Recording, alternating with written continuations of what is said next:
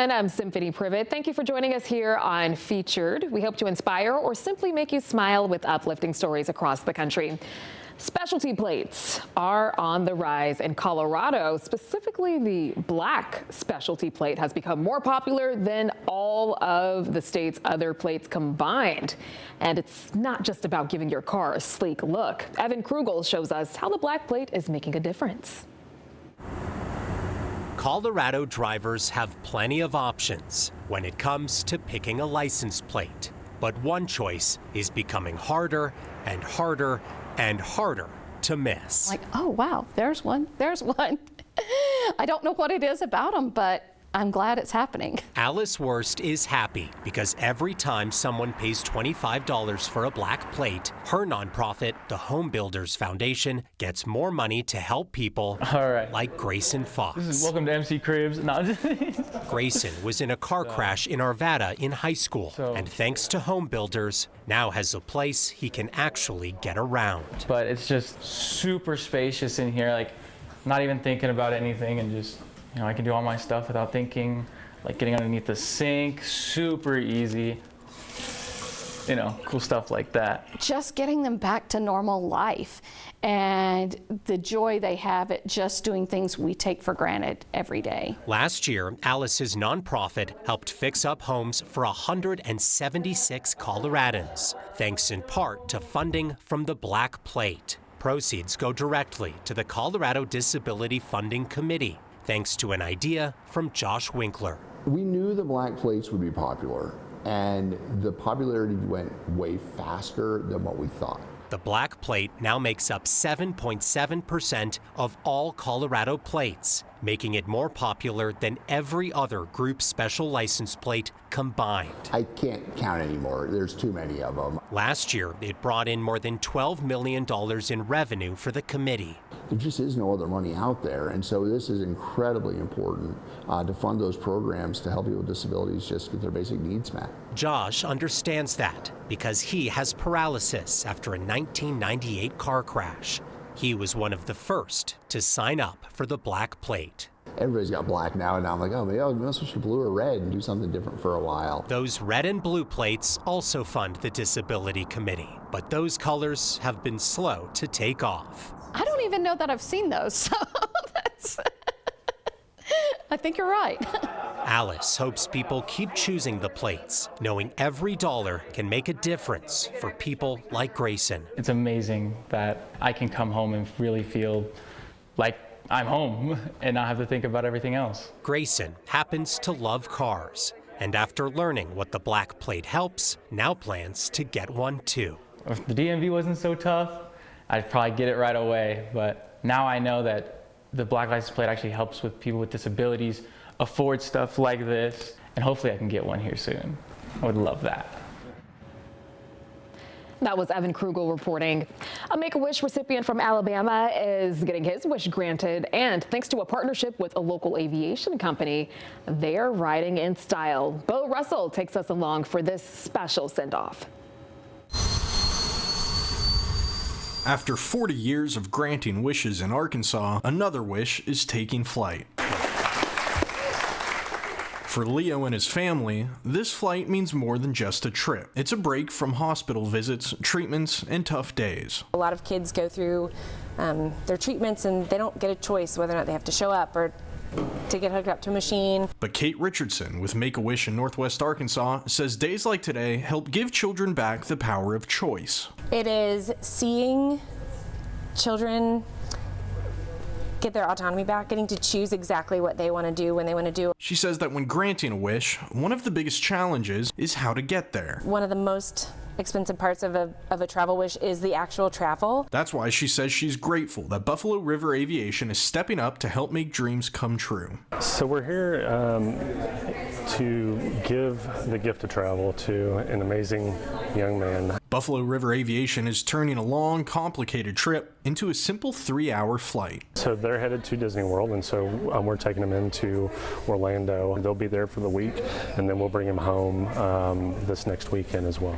For Make-A-Wish, partnerships like this are essential, especially as more kids are waiting their turn. Nearly 70% of our kids choose travel as their wish. And so without partnerships like this, we just wouldn't be able to impact so many kids. But Kate says days like today make all the challenges worth it. And so seeing their face when they realize this is really all about me, I get to choose this again, is my favorite part. Another wish granted with a little help from some local friends. I'm Bo Russell. Dozens of women gathered for a sew-a-thon with one goal: to create some comfort bags for children entering foster care. Natalie Coranda in Pennsylvania shows us one woman's dream and how it is bringing a community together. For Judy Geary, today wasn't just about sewing. It was about a dream finally stitched together. I'm just overwhelmed with it. I'm going to cry. Stop. It means a lot. That's all. Inside New York Wireworks in York, dozens of women gathered for Judy's first ever sew-a-thon, creating comfort bags for children entering foster care. That's the whole goal, is to make the kids happy, at least maybe for a few minutes, maybe for longer.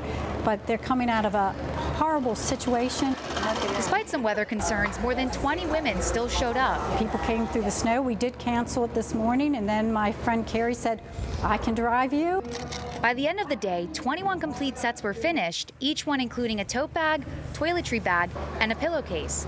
Those bags are packed with items meant to bring comfort to foster children. A lot of times that whenever they are taken from their homes, the kids have to not only lose their homes, but they are also losing friends at school. They're losing all of their toys and everything. That's where Keystone Family Alliance comes in, partnering with Judy to get these bags directly to children through foster agencies across the region. Currently, there's over 14,000 kids in foster care in Pennsylvania.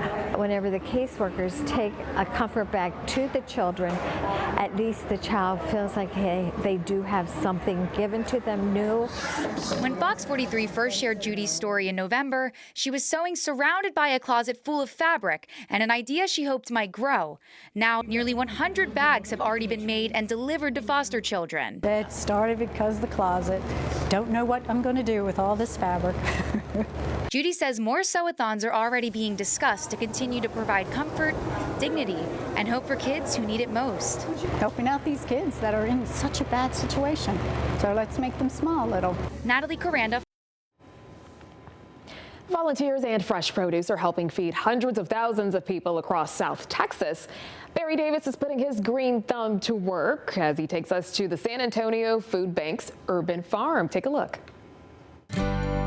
Beets, turnips, we have spinach, some faba beans, we're going to be planting tomatoes and peppers out here, an eggplant out here for the summer. Angela McDermott is in hog heaven. Just really was excited about growing my own food. The community that comes with growing your own food is just really something that I'm passionate about. You might say she's the head gardener for the San Antonio Food Bank, overseeing 100 plus acres. It's a kind of a hidden gem with the San Antonio Food Bank and just for San Antonio to be farming like this within the city limits. It's a very large urban farming operation. 55 acres next to Mission San Juan. More directly behind the food bank, where vegetables grow to help feed more than 375,000 people. Typically, it's between 100,000 and 300,000 pounds of fresh local produce to the community. That serves our 29 counties that we work within. Obviously, she doesn't do it alone. There are 2 other paid workers. The rest? We have anywhere from 5,000 to 9,000 volunteers. These volunteers are from one of the Charles Schwab offices in town. Maybe pulling some weeds up. Well, you are. Just not to the scale. Jeremy Fortune is a financial consultant, usually working with his brain, not his brawn, but didn't really know what he was getting into. Well, my thought was that it was more like a garden for like maybe your backyard or something smaller. I had no idea it was up to this scale. This is massive, like 100 acres. That is a lot. They were stripping the mulch beds under new peach trees. attacking it like they knew exactly what they were doing, even if it was, for most of them, their first time here. When he was telling us about how many people they feed, how many communities, how much crop they grow, it's so impressive. Ruby Kale admits she does not have a green thumb. She does love physical work, and this gave her the opportunity to get outside, which gives the San Antonio Food Bank something it can't get enough of. We use a lot of our volunteer power to be able to grow and harvest all these crops. And that's where I wanted to be. We've got some turnips over here. Oh man, I love turnips. Over with the veggies, because they're ready to come out. And there's nothing better than fresh out of the garden. I'm torn. I don't know if this is the best part or if this is the best. So great thing about turnips You eat is all of it. The whole thing is edible. Oh, that was awesome. That was Barry Davis reporting. Coming up after the break, one group in Connecticut is working to make sure sports are accessible. How Leaps of Faith offers adaptive athletes new opportunities every week. And he didn't even start running until his 30s, but now a Texas man has joined one of the most exclusive clubs on the planet. The Global Challenge most people wouldn't even attempt.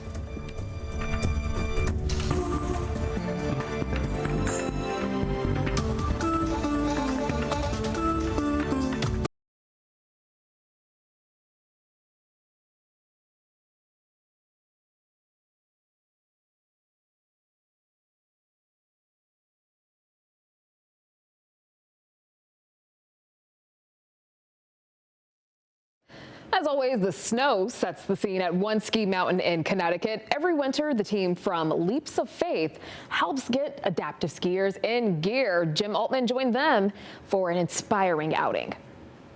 LOF, Leaps of Faith, is built to put adaptive athletes on the move.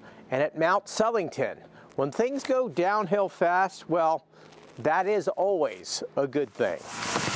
The scenics are plentiful in Plantsville.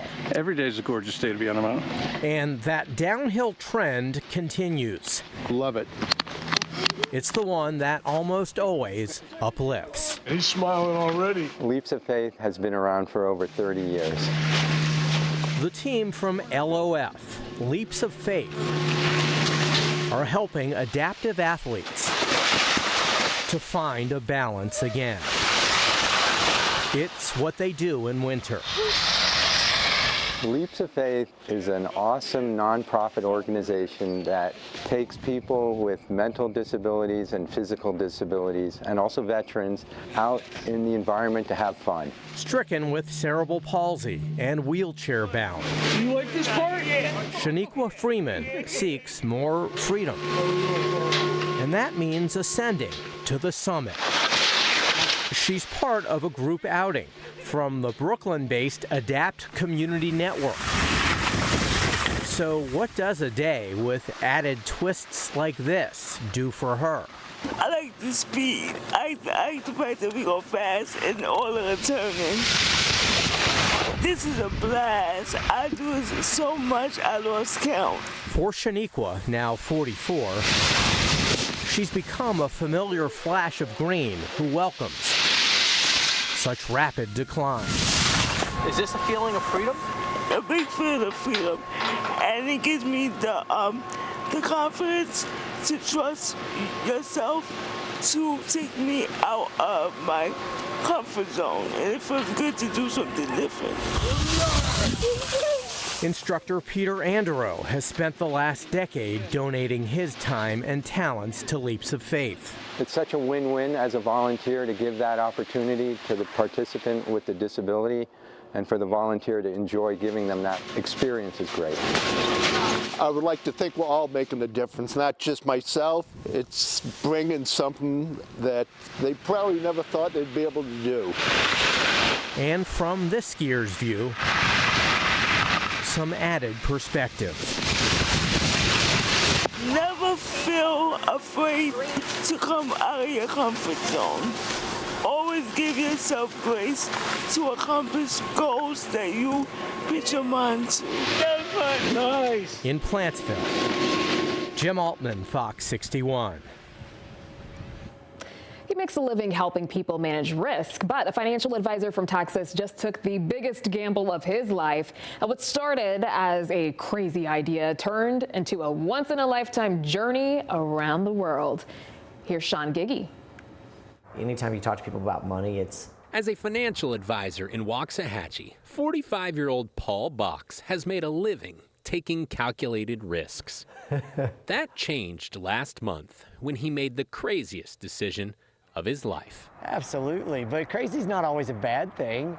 Crazy can be a good thing, right? I even had people tell me that it was impossible, there's no way I actually did it. A few years ago, Paul, a runner, learned about this race around the world. And so you fly into Antarctica. So the guy who didn't even start running until he was 30 signed up. From the starting line in Antarctica to the finish line in Miami, Paul became one of only a few hundred people in history to run 7 marathons on 7 continents in just 7 days. A lot of Paul's friends and family, especially those who don't run, thought he was nuts. Not for running the race, but for choosing to do it again.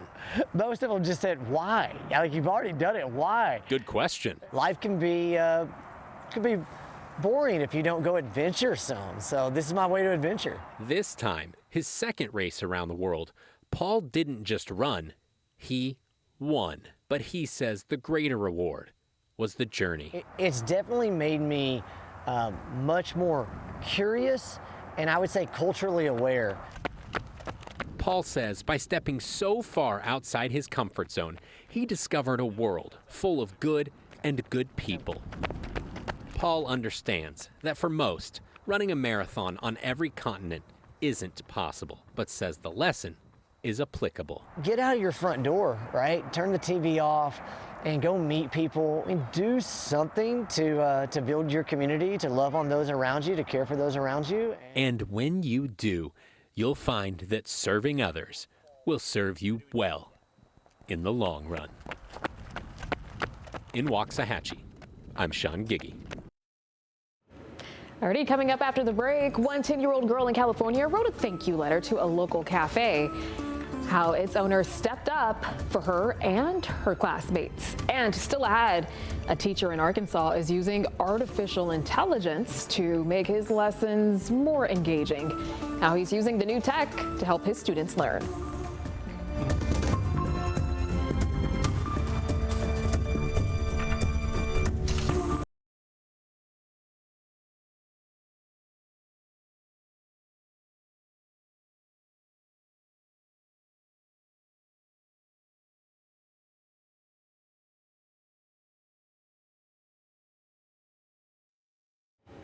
When a cafe in California received a glowing thank you letter from a 10-year-old girl, they had to do something about it. Jeff Zevely has the story.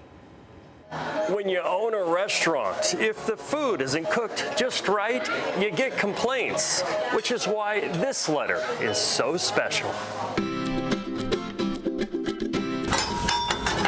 The Broken Yoke Cafe is whipping up one big breakfast. All because of this letter. The title is The Best Restaurant Ever. And I love this. They have the most delicious food and drinks I have ever ordered. They have the best service in the world. A letter that describes chocolate chip pancakes in great detail. Whenever I run out of their sweet whipped cream, I can just ask for more. I was floored. I was like, wow. Billy Motola is the vice president of operations at the Broken Yoke. It touches my heart because this is what it's all about. It brought a tear to all of our eyes when we read this. In part because of who sent that letter. Broken Yoke Cafe is the best restaurant in the world. Charlotte Clark is 10 years old. Are we going to do cricket next week? Her 5th grade class at La Costa Heights Elementary was told to write an essay about their favorite restaurant. And I picked Broken Yoke because I really, really like their food and their drinks. Charlotte always orders chocolate chip pancakes. Then I also get 4 pieces of bacon, extra crispy. And she loves hot chocolate. She loves her hot chocolates. Billy knows this because Charlotte's letter went on and on. God, it smells good. I can smell the bacon. Kind of like that big breakfast we showed you on the griddle. I think it's still sizzling. The one that's on its way to Charlotte's classroom. Hi, you guys. Hi. You guys excited or what? Yeah! We got some amazing food for you. Before the feast, Charlotte's teacher, Mrs. Andon, asked her students this question. How many of you have not heard back from your restaurant yet? And we sent out the letters, what, 2.5 months ago, maybe? Yeah. Disappointing, yes, but nothing an all-you-can-eat breakfast bar can't cure.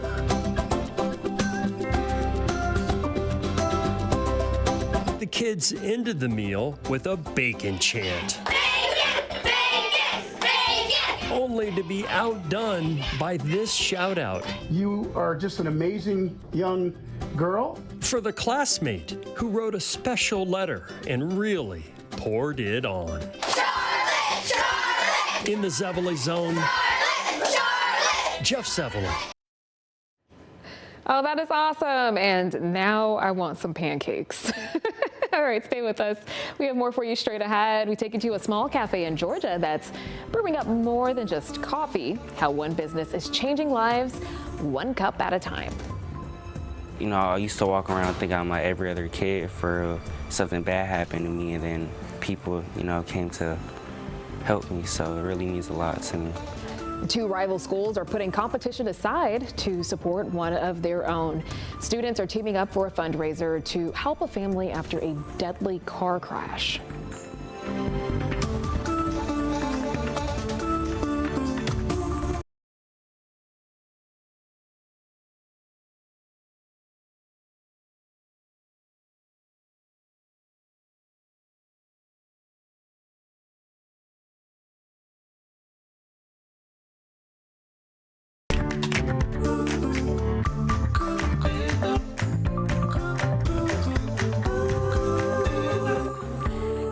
Thank you for staying with us here on Featured. I'm Symphony Privet, and we are continuing to bring you uplifting stories across the country. A small cafe in Georgia is changing lives one cup at a time. It is all about opportunity and inclusion. And as Caitlin Ross reports, at Brightside Cafe, employees run the entire operation while gaining real-world skills and making a big impact. Welcome to Brightside! Goodness is brewing at Brightside Cafe in Buford. The mocha is in process. Every mocha, muffin, and moment here is crafted with inclusion and purpose. Here's your drink. You're welcome. Adults with special needs run the entire operation. Anything else, ma'am? That is it, Dawn. From the snacks to the smoothies, and they're getting hands-on training. Let her rip! That builds real-world skills along the way. Every customer gets served a little extra love. You got the perfect heart. I did get the perfect heart. I appreciate that. Special education teacher Jennifer Ellenberg spent years watching her students leave the school system with nowhere to go next. When it hits the end of the road at 22 and there's nowhere else to go, you always wonder, like, how did they end up? What did they do next? And now I get to be a part of their next. Hot or ice? Yeah. It's $5.25. Opening the cafe with her friend Carrie Walton means they can build something more than a business, but a community where every adult is seen, supported, and celebrated. I wake up every day knowing that I'm going to get to come in and hang out with the most amazing people, and there's nothing like it, the way that they make you feel every day. I mean, they're so awesome. The cafe employs 17 people with disabilities in Gwinnett County. Seeing people smile makes me smile. Adults who say they have found purpose in the work. Feeling like I have a purpose and a worth here. And purpose in their community. I give them something, maybe a drink or coffee, like for a day, but they've really given me a chance and a purpose. But the need is far greater than 4 walls can hold. While 17 employees work here now, you're so welcome. 75 more are on a waiting list, hoping another business will give them the same chance. I promise you, just like my life has been changed and this community's life's been changed, their lives and their businesses would be completely different. Our coffee is better than Starbucks. At Brightside Cafe, different is good. Inclusion is very important to our mission and who we are. Because for everyone at Brightside, this isn't just a job. I am just working on the being happy right now. It's a place where they are valued, capable, and seen. Caitlin Ross. Students and faculty at one Georgia high school continued to grieve after a 10th grade student was killed when a suspected drunk driver hit the car he was riding in. And now two rival high schools are putting the competition aside for a bigger cause than a sports rivalry. The students are hosting a fundraiser to support his family. Madison Ricks tells us how this show of support comes straight from the heart. A bond between brothers. He was a person who knew how to be himself, and then other people would just do what he did. He was a person of influence. A symbol Jeremiah Freeman takes with him everywhere. It's something I would like to represent, wherever I'm going. So this is one way to at least have his face somewhere. A face that resembles his own. Jeremiah and Isaiah are identical twins, but now his twin is gone. I've just been doing my best to put myself in a good circumstance, and try my best to not fall back from this. An accident that ended one life, but now it's brought two rival schools together. Off the fields, off the baseball, softball, soccer, whatever, football.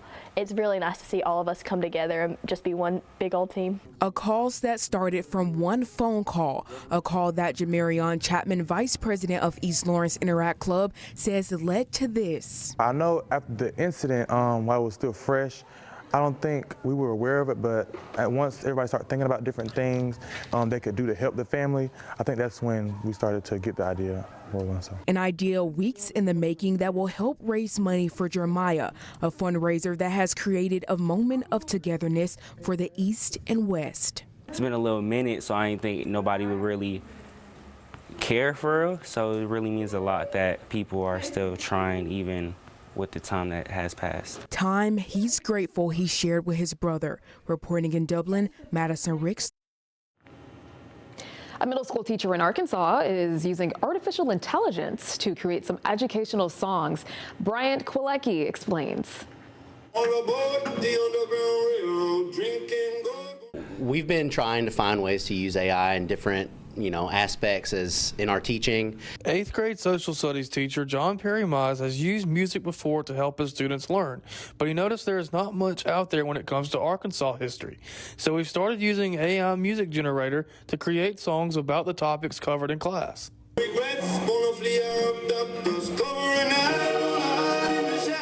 He writes all the lyrics, the verses, and choruses, and makes sure the music style fits what he wants to teach.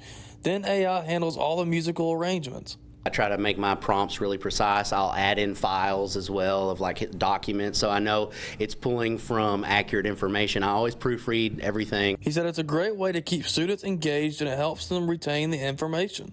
We would start hearing them so often that we learned them. And we were singing them along in class and singing them out in the hallways and everything. And so during tests, whenever we see a question, we'll start singing it in our heads, be like, oh yeah, he said this.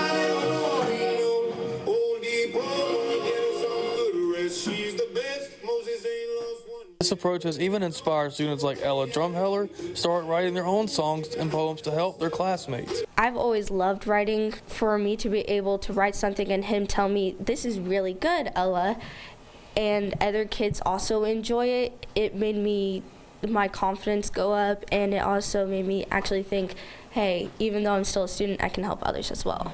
Mize stresses that this AI tool is not about replacing traditional teaching or his job. Instead, it's a creative way to supplement what he does and enhance learning. And that was Bryant Kwilecki reporting. Now, the teacher put his songs on Spotify and Apple Music. If you want to check it out, he says he hopes other educators can use his creations as a resource in their teaching.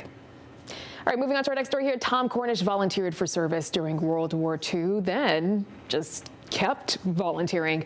Boyd Hupert met him during a cold winter, the perfect time of year to capture the spirit of a man with a warm heart.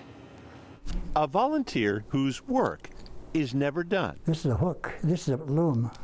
A volunteer with a hat underway. That's the brim. And a volunteer brimming with a service mindset dating back to the 1940s. That's me. When fresh out of high school, Tom volunteered for World War II. Don't I look like that? Back from the Pacific, Tom kept volunteering in a variety of roles as he raised 5 kids with Lorraine. If somebody needs something, give it to them. Then volunteered even more when he married Marvel after Lorraine's passing, till Marvel's death left Tom alone again, volunteering. Volunteering does something to a person. You're working for others. Not just talk. This is warmth. Warmth. Oh, that's wool. From a Navy man. 20%. Now legendary with the Salvation Army. Last year he donated 400 hats. Yeah, 400. My goal is 1 a day. 1 hat a day, but sometimes as many as 3. There's people here that want me to sell them to them, but I won't. I give them to the Salvation Army. These are some of Tom's Salvation Army hats, now warming others. It goes to show people that there's something that everyone can do. Even 96-year-olds. This is how he got to be 96 years old, because he's helping everybody else. Jerry Cornish is Tom's son. Everybody's more important than he is in his mind. Now, where would Tom get a notion like that? I feel that I'm working for the Lord. And that's a good feeling. Not content with 400 hats, Tom has taken to training others at Champlain Shores to contribute their own. That one woman, she made more than 35 hats. Tom Cornish, there for his country at 18, and still not putting a cap on his service. Got to stay ahead of the Army. Boyd Hubert. One Michigan college student is advocating for more people to learn about organ donation, all in honor of her father. And reporter Matt Gard explains her mission. Oh, he was like one of the sweetest people you could ever meet. Erica Thomas cherishes the days she spent with her dad, Eric. Yes, I'm named after him, yeah.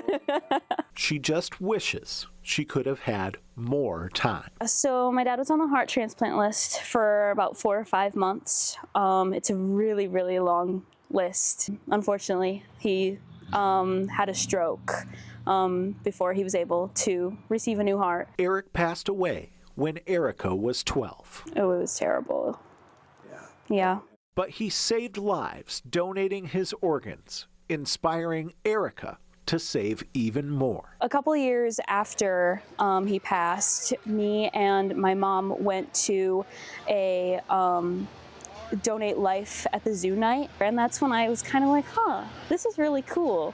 And like I want more people to know about that. When I found out about the All of Us program that goes into high schools and educates students about organ and tissue donation.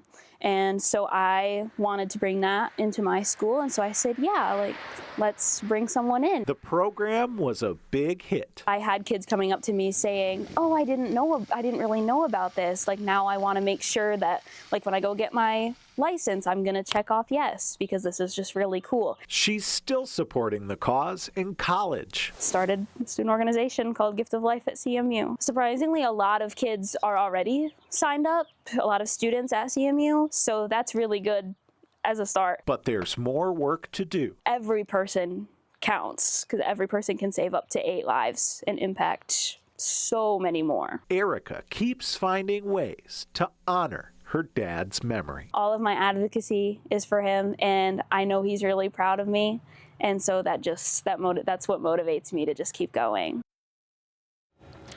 That was Matt Gard reporting from Michigan. A Florida woman is celebrating a historic birthday. Gertrude Williams just turned 111 years old. Oh my goodness, look at her. Now, her wish this year was to meet Sheriff Grady Judd, and as you can see, that wish came true, and it looks like they threw a nice party for her. That is awesome. Alrighty, coming up after the break, a group of high schoolers in Iowa are sharing their expertise with seniors in their community. How the teens are helping them be a little bit more tech savvy. Plus, in a world dominated by screens, some people are choosing to go old school. We're talking about the comeback of record stores and bookshops. Oh, I love this one. That's straight ahead.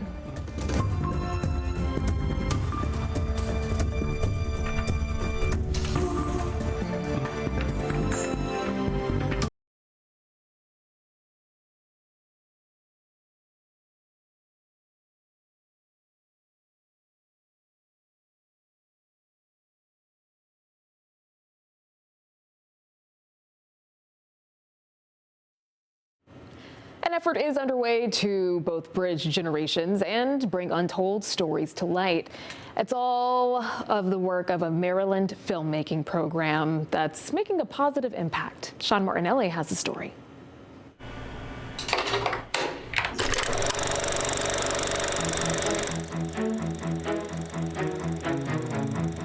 The stories you see here are stories that would still be untold. I'm Martha Whitman.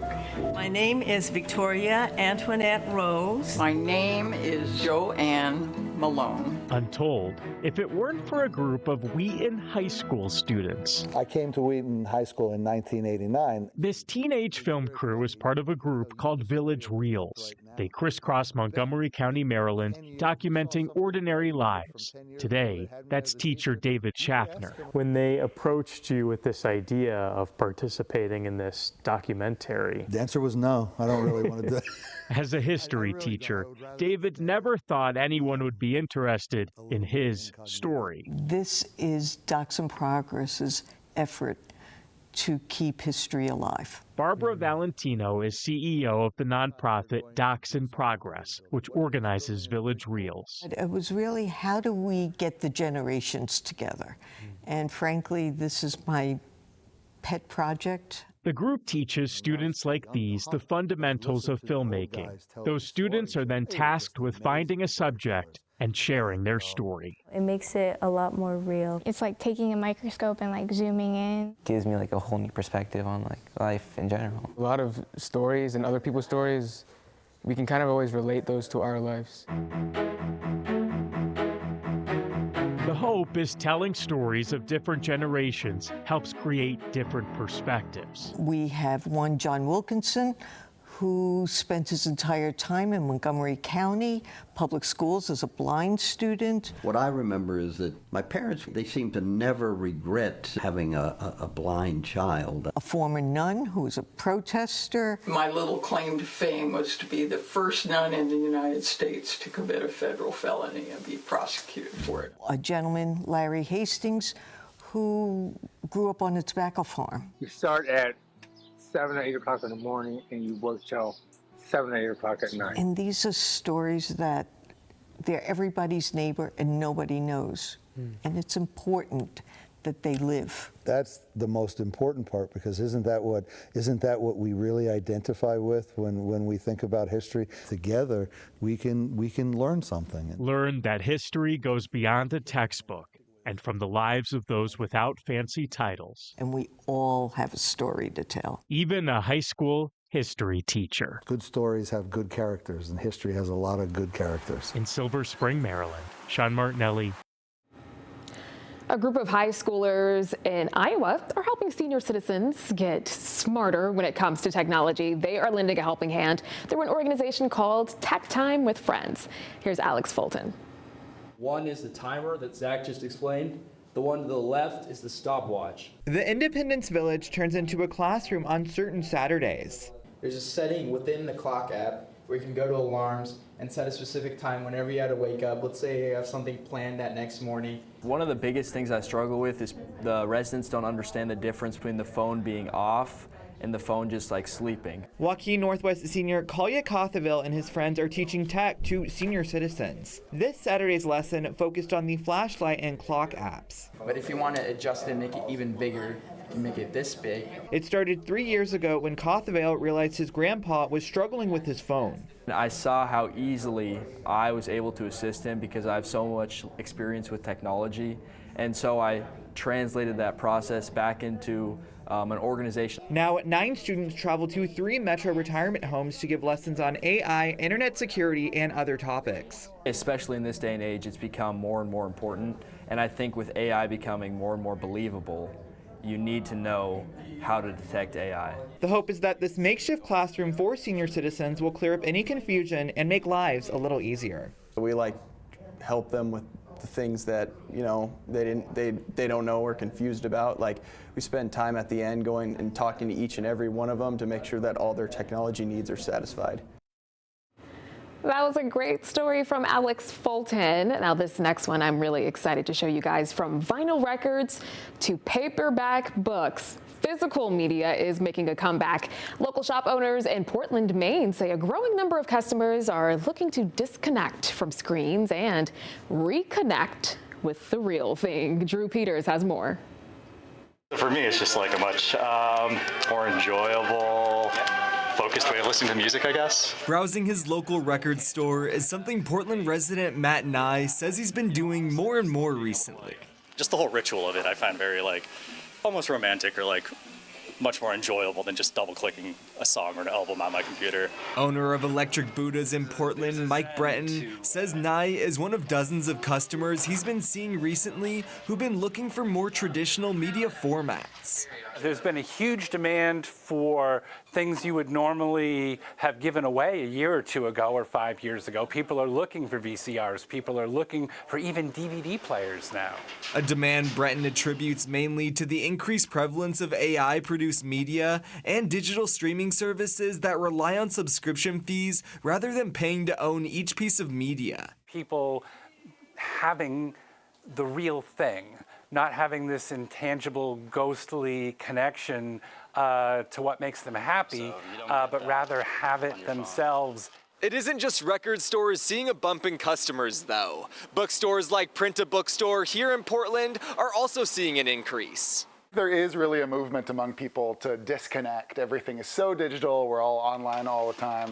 A movement co-owner, Josh Christie, says is bringing a variety of young readers to his shop, sparking enough demand for them to start 5 different book clubs this past year. There is growth in the physical bookstore space, and I think that wouldn't be happening if people weren't really yearning for this physical media. Among the customers looking to disconnect are Zoe Sabatish and May Peterson, And then I'll read the covers of a bunch and then choose one. who say the overwhelming onslaught of constant access to media through our screens is pushing them to spend more time reading physical books. I think it adds a slowness into my life that I don't get when I'm spending time on a screen. A trend they say they're seeing grow among their generation, and one both shops hope continues. In Portland, Drew Peters. All right, coming up after the break, a dog in Connecticut is now a world record holder. We'll tell you what makes this pup so special.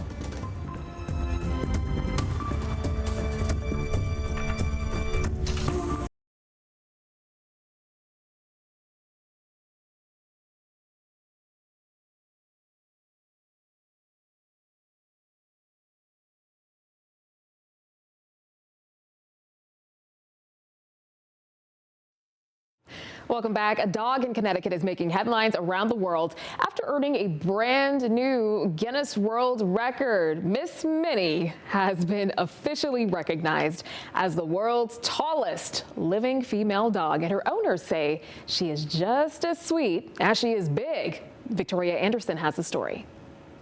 What's black and white and stands at 3 feet and 2 1/4 inches? No, that's not a riddle. It's a world record holder. Meet Minnie, the world's tallest living female dog. With 4 long legs and a size made for a saddle, Minnie is one hard dog to miss, especially if you're trying to interview her mom and dad, Lisa and Ken Nogasic. When you submit to Guinness, they tell you that it may take up to 12 weeks. When she's not stomping around at the family home in Ledyard, Get the ball, bring it here. She's breaking world records this month, taking home the title of Guinness World Records tallest living girl dog. Does she know her own size? No. And while she may still feel like a tiny lap dog, her height of 3 feet and 2 1/4 inches have been double and triple checked. This is a measuring stick for a miniature horse. The family started the process to submit Minnie's stats to Guinness World Records almost a year ago. Guinness has this whole long thing you need to go through to measure her. And now Minnie's story is international, with fans from all across the world falling for one big dog with an even bigger heart. The Nogasic family told me they're going to continue to measure Minnie to see if she can take the title of the world's largest female dog ever, which she is only ½ a centimeter away from taking that title. I love that story, and I find it really ironic that her name is Minnie when there's nothing Minnie about that dog. So let's hope she keeps that title, and we'll have an update for you at some point. All right, that is it for this episode of Featured. Until next time, make it a great one.